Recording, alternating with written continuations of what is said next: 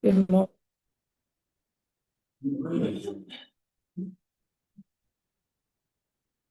Today, we're having a kind of short one-day sitting because we're ending at 4 in commemoration of Buddha's enlightenment, which is September 8th.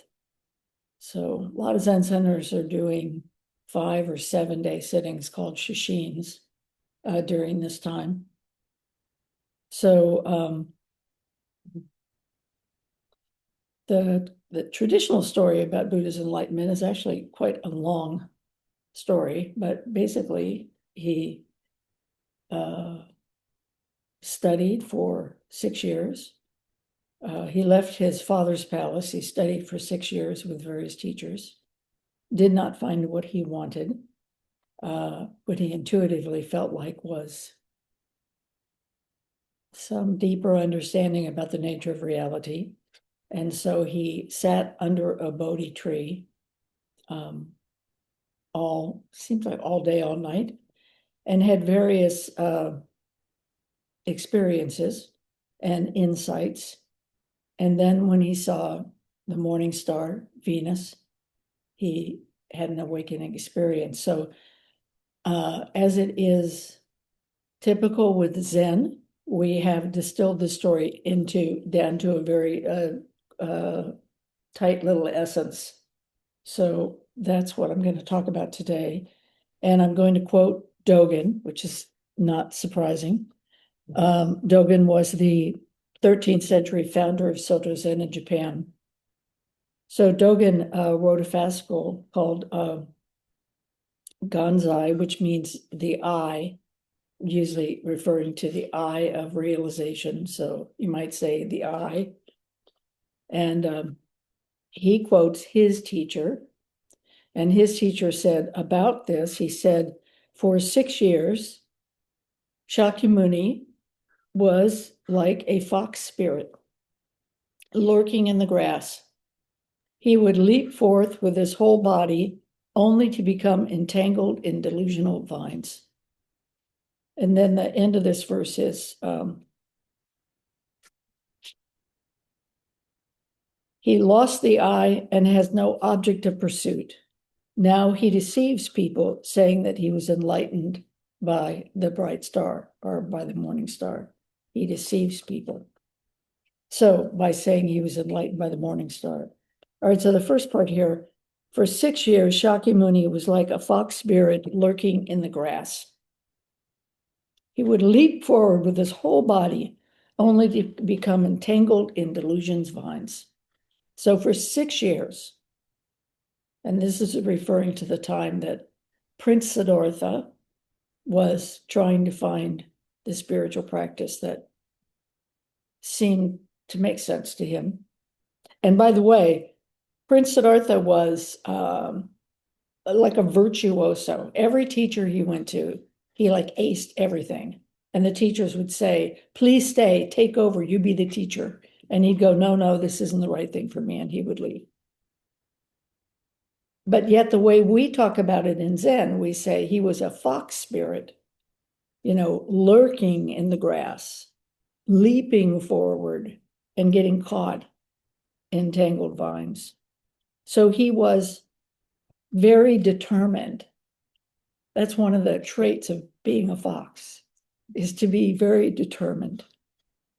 And like this wild fox, he was stalking he says he's lurking, stalking in the grass, almost like the Dharma was his prey, that he was, I imagine, I read this, even though I don't know a whole lot about foxes, but I have seen cats.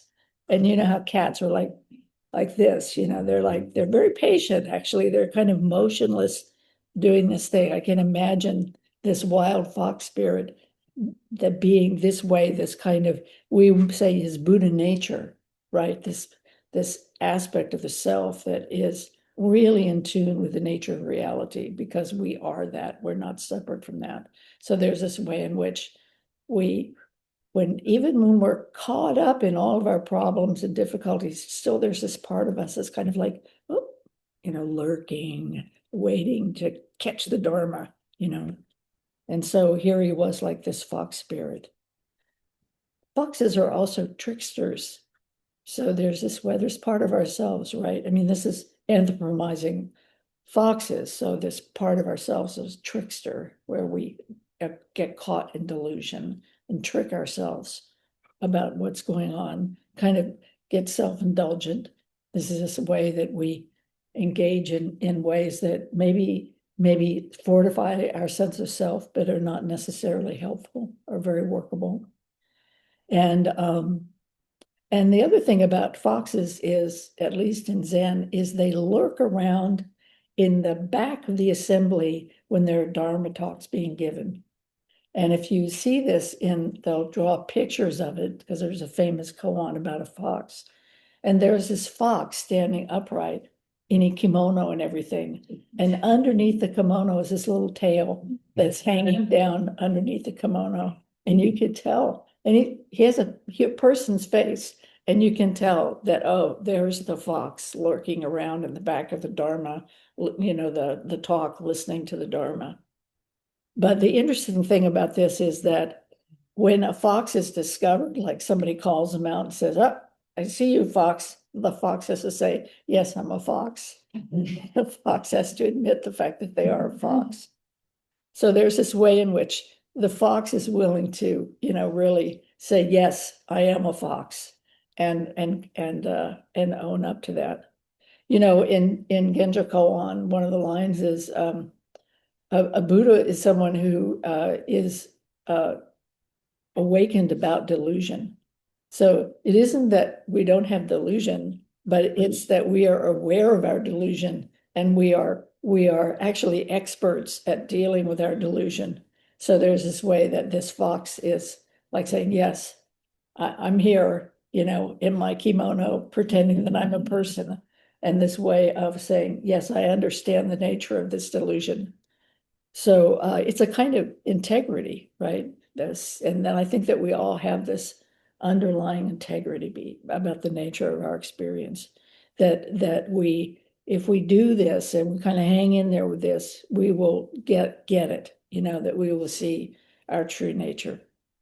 So we're making this, you know, in the text it says he would leap forward with his whole body, you know, this effort that we make in practice, that we are willing to really wholeheartedly leap forward. If you go online and look at videos of wild foxes, there's this great one on YouTube where the fox is like, they jump straight up, like in the snow, they jump straight up and go straight back down again, you know. Probably what they're doing is there's probably like a little voil or rat or something underneath the snow and they're hunting, right? But they go like, you know, like that. So it's like this way in which they gather up their energy and they make this real effort, you know, to practice. So this leaping forward with their whole body. So that's this expression of looking for the wholehearted truth of the Dharma.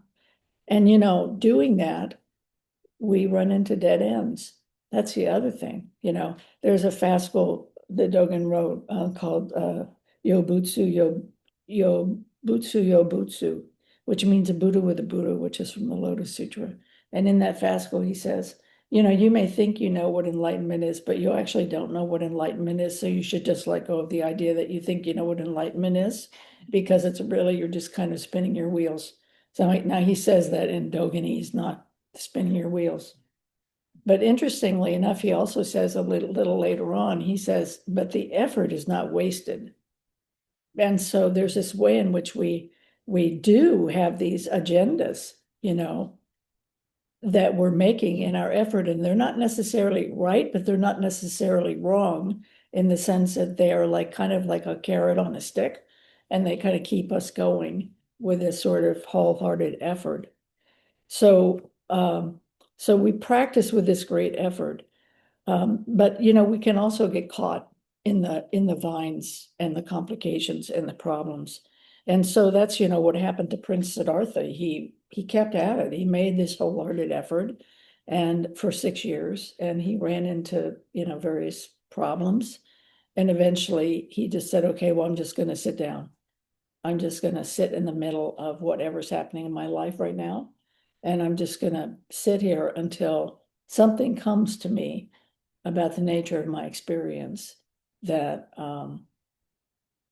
is helpful. Now, of course, what came to him was the whole of the Buddha Dharma. So he was kind of a virtuoso in that way.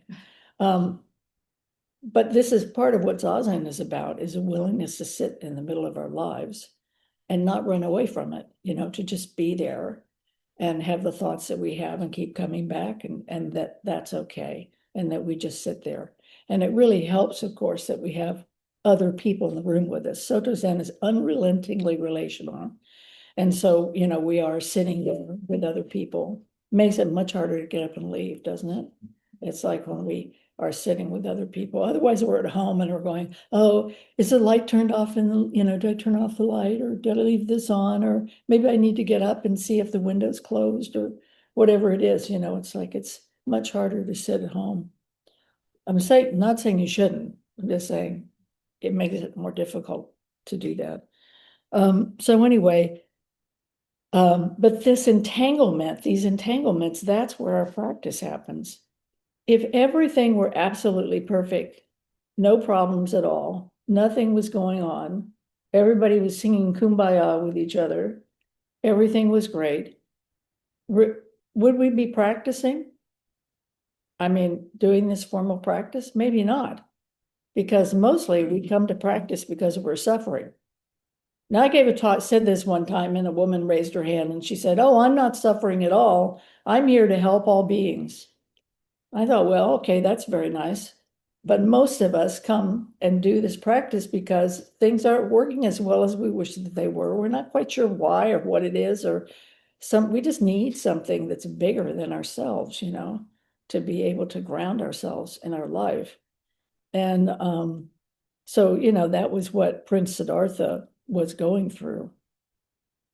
So also in the midst of this struggle, maybe sometimes we say, oh, that's, we talk about big mind and we talk about, small mind and delusion and realization and all of this kind of thing. But the part of ourselves that usually we want to jettison is also is a necessary part.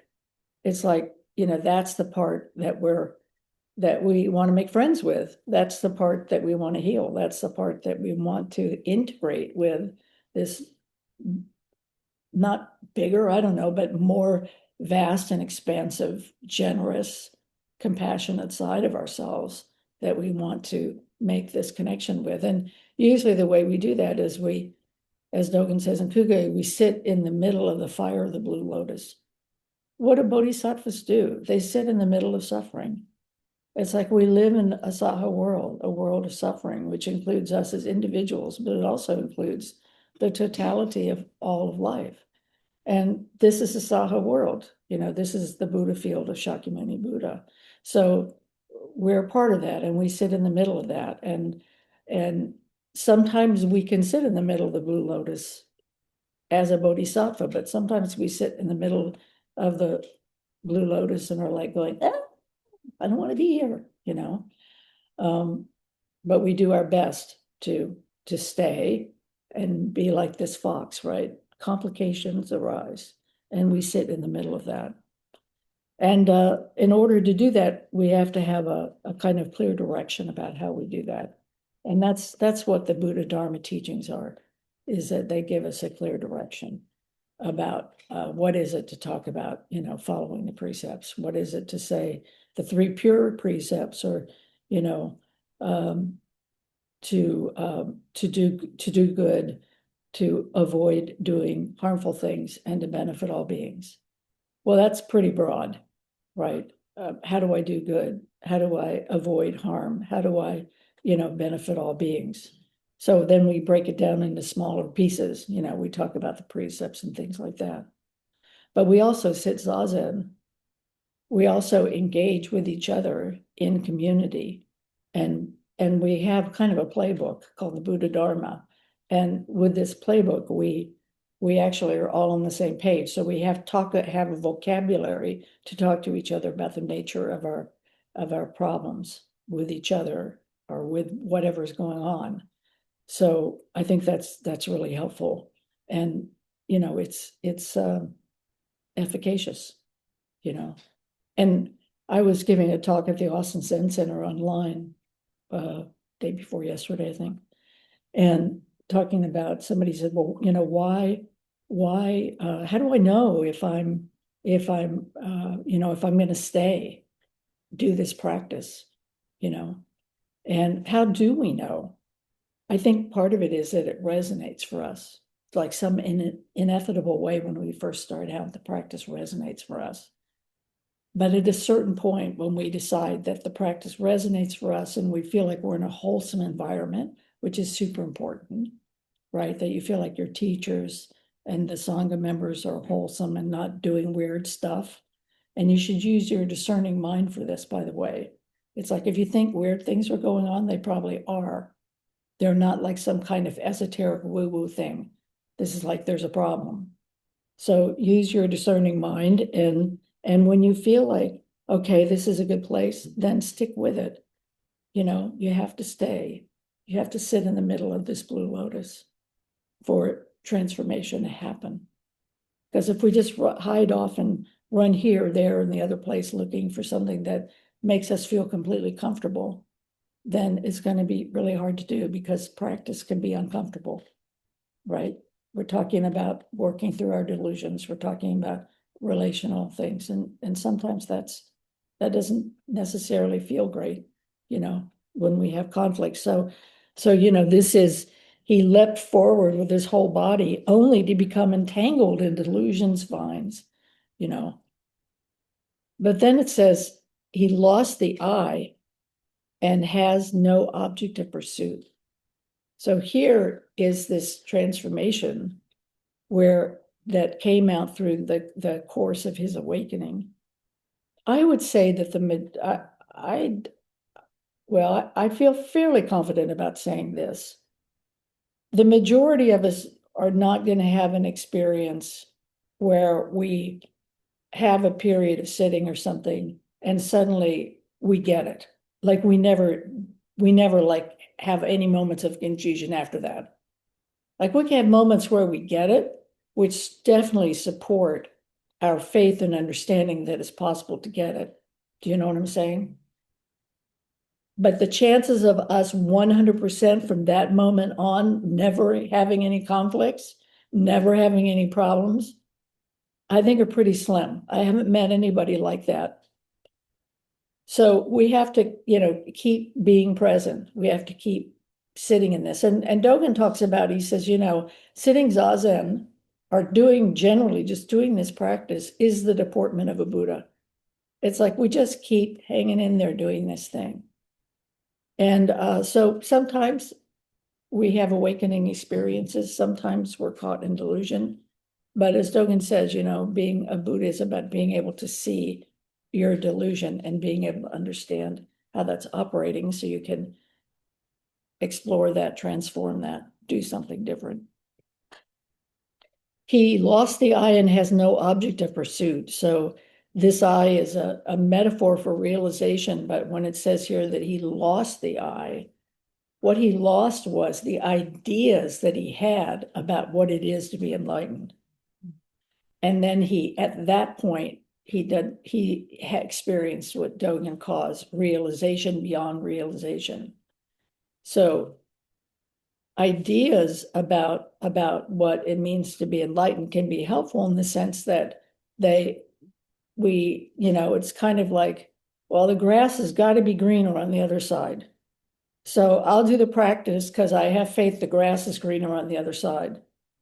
But actually, there is no green, as we all know, there is no greener grass on the other side. The grass is just as green on this side as it was on the other side. But it helps us to sit in the midst of the grass we think is not so green if we're, thinking there's greener grass somewhere that we're going to get to by sitting in the less green grass. So when the Buddha lost his eye, what he was losing was these preconceived ideas about what it was.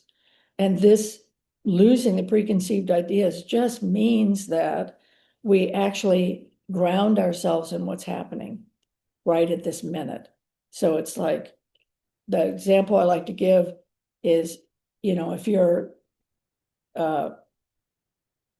going into a store and there's somebody's hands are filled with bags and they can't open the door, you open the door for them, right? You probably don't even think about it. You just go over and open the door for them. That's an enlightened response.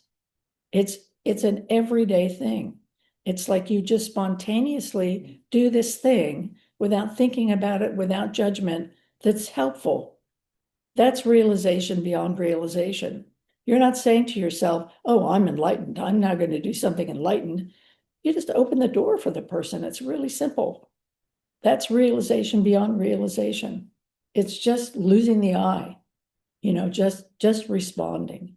So that's what's happening here, is this way of being able to not do harm, do beneficial things, benefit all beings, just in your daily life, doing things without thinking about it. And then there are things we have to think about, right? I'll tell you a story. Last night, Jaco and I, we live in a mobile home park, so our houses are close together. Our next door neighbor uses a walker and she stays at home all the time. Is a perfectly cognizant person.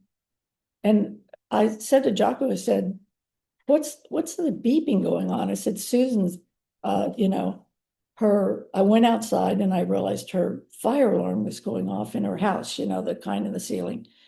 And I thought, oh, she probably can't reach it. And we were watching TV and we're like, oh, So I said, okay, well, I'm going over there anyway. And Jock said, well, would you like me to go with you? And I said, well, yeah, it'd be nicer. Let's both go. So I go over there. Her house is filled with smoke. And it's like the toaster oven is on fire. And she's closed the door to the toaster oven, but it's like flames are shooting up in the toaster oven. And it's still plugged into the wall. And there's like, those cloth oven mitts right next to the toaster oven. And, and Susan's there and she says, she's just standing there with the oven closed. And she's like going, well, I think the oven will go out by itself. The flames will go out by themselves because the oven's closed, right? It will run out of oxygen. And so then the fire will stop. I said, oh, we have to call the fire department. So Susan has like one of these passcodes on her phone, which I asked her to punch in, but she punched in the wrong number. So then I had to get the number from her and I punched it in. I called 911 after I went through like 20 apps that she had open. And the fire department comes, and all the neighbors are pouring out of their house because this is most entertaining, right? But the thing about it is, the point of this is that I have to, in a, sort of embarrassingly confessional way, say that I had to think about it for a moment about whether or not I was actually going to go over and check on Susan. I'm really glad that we did, right? I'm really glad we did, which is kind of a lesson which is, you're feeling hesitancy, maybe just get over it, which we did, and just go over and do it, right? So we're not always going to be realization beyond realization. We're not always going to do this thing, just bang without even thinking about it. Sometimes we got to ask, we got to like kind of get over our resistances. Well, I'm in the middle of watching a TV program, to go next door and have to get on a chair and punch her, thing to get shut up the alarm. I am obviously really glad that we went over there, and next time I won't be hesitating. Next time we'll just go next door and see what's going on. But this idea of he said he lost the eye and has no object of pursuit. At that point, practice is just your life. Practice is just what you're doing. It's not something to get something else. It's just this thing. It's just the way you live. And I've said this before, it's like there are many religions and many non-religions and many, atheists, agnostics, religious people who are doing absolutely spectacular things in this world. So you don't have to be a Buddhist or something otherist, in order to be doing good things in the world. But many of us need help, right? Many of us need guidelines and support and sangha and congregation. And so we come together and we do this thing. And often we have this object of pursuit. And so ideally for all of us, wouldn't it be an amazing world if everybody could do this? But ideally that we are able to actually be compassionate towards each other, and not a kind of idiot compassion where we just sort of, we do things that are harmful to ourselves or other people through idiot compassion, as Trungpa Rinpoche would say, but that we actually, presence ourselves for what's going on. And we're able to, when necessary, drop our agenda and get our butts next door to find out why that person's alarm is going off in their house. So he lost his eye of pursuit. And it says, now he deceived people, saying that he was enlightened by the bright star. Suzuki Roshi says about this, we say he attained enlightenment, but it may be better to say he completely forgot everything, right? So the he deceived people, saying that he was enlightened by the bright star. He wasn't enlightened by Venus, right? What happened for him, well, in the traditional story, a lot happened to him. But from a Zen point of view, what happened for him is that he was able to integrate the totality of everything that was functioning as himself and himself as it, which means that Venus, and he had this complete understanding of that Shakyamuni was Shakyamuni, Venus was Venus. Simultaneously, they were one thing called reality itself functioning. And he saw that reality itself functioning within the context of the particularity of Venus and self, which we do have a self, we do have Venus, we do have a table. All these things are there. At the same time, though, it is one thing. It is this process, as Dogen calls the worlding the world. And that's what Shakyamuni understood. And then he codified it into these, the Four Noble Truths and all of this stuff and these various teachings that we have. Because as human beings, we all need various kinds of teachings that resonate for us, that make sense for us. That's why we have all these different teachings, because we all kind of need to hear different things at different times. That's why you hear a talk and you go, wow, I really needed to hear that. But there's another talk and you go, wow, I really needed to hear that. Because we need to hear different things, to speak to different parts of ourselves. So it's not that he was deceiving necessarily, but maybe we need to feel like there's something that we can hold on to. And so by saying he was awakened by the morning star, that's something we can kind of hold on to. But actually, there was a lot more going on than that. And then, so Dogen says in Tenzo Kyokun instructions to the cook, the dragon's jewels are found in every wave. Every moment, the dragon's jewel, realization, awakening, this jewel of understanding of the Buddha, Dharma, Sangha, compassion, wisdom, skillful means. It's happening in this moment, in this moment, in this moment, in this moment. Okay, so Suzuki Roshi said he attained enlightenment, but it may be better to say he completely forgot everything. So he forgot all of his preconceived ideas about what it was to say things are enlightened. First, he had to kind of wage this war, this struggle, the fox struggle, and go down all these blind alleys before he completely forgot and just opened the door for somebody because their hands were full. It's like he just, so there's this image that says, you take the raft ashore in Buddhism. It's like, there's this a way of crossing this stream, this image of, but once you get across the stream, you just abandon the raft. It's just life. It's just your life. Now, most of us need to have the raft. So we keep talking about the raft. And there's nothing wrong with that. We just keep doing that. But I just want to say, there are many, many moments when you abandon the raft. You don't know you've abandoned the raft because this is realization beyond realization. You're just responding, you know? That's it. No big deal. And then sometimes there's like, where's the raft? Oh, I need the raft, you know? And so we get the raft, we get out the oars, whatever it is, you know, and go to our teachers and we say, oh, man, I'm having this problem. I can't figure out what to do. Can you tell me what the Dharma is around this? You know, can you help me figure this out? And then, you know, as teachers, we do our best to try to impart the Dharma the way we understand it. And then it says, yeah, so this way about forgetting about everything. So don't be deceived by your ideas about enlightenment. Have faith in your inner, you know, who you are, that you wouldn't be here if you didn't have this desire to function in the world, engaging in beneficial action and compassion and skillful means. You wouldn't be here. You'd be, I don't know, doing something else.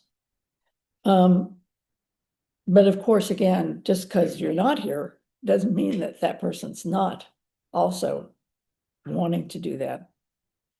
So please continue your practice. And even if you feel like a wild fox entangled in the vines, that's okay. That's actually welcome to the world of being a human being, you know? So let's continue our practice and yeah, and help each other and make our best effort. And that's it. Thank you very much.